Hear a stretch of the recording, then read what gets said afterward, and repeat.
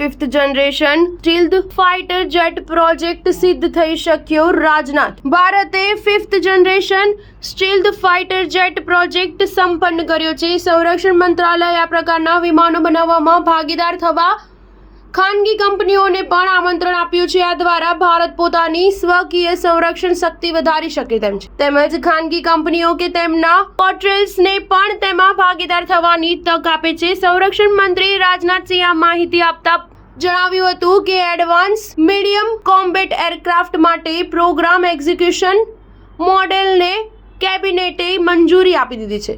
તેઓએ વધુમાં કહ્યું હતું કે ડેવલપમેન્ટ એજન્સી આ પ્રોગ્રામ હાથ ધરી રહી છે. તે ભવિષ્યમાં ખાનગી કંપનીઓ કે કોર્ટેલ્સને ભાગીદાર બનાવશે અને આ રીતે જાહેર તેમજ ખાનગી કંપનીઓને સમાન તક પણ મળશે.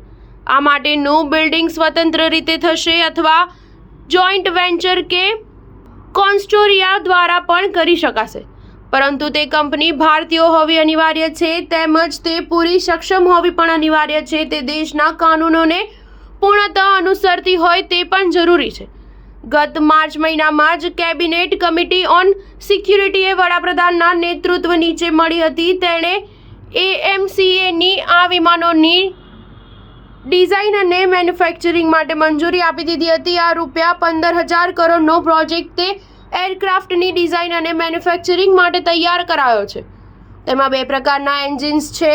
Mark 1 general electric F414 98 kilo ન્યૂટનના એન્જિન્સ રહેશે, જ્યારે એડવાન્સ માર્ક 2માં 110 kN ના એન્જિન્સ રહેશે અને તે વધુ શક્તિશાળી છે.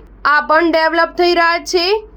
IAF AMCAની 7 સ્ક્વોડ્રન્સ રચવા આતુર છે. તે પૈકી 2 માર્ક 1 અને બાકીની માર્ક 2ની સ્ક્વોડ્રન્સ હશે. સંરક્ષણ મંત્રાલયની યાદી વધુમાં જણાવે છે કે માર્ક 2 પ્રકારના વિમાનોમાં એન્જિન દેશમાં જ બનાવવામાં આવશે. તે માટે ફ્રાન્સની સેફ્રાન, અમેરિકાની GE અને UKની રોલ્સ રોયસ કંપનીઓ સ્પર્ધામાં છે. સ્ટાર ન્યૂઝ 7 હંમેશા સચ્ચાઈની સાથે.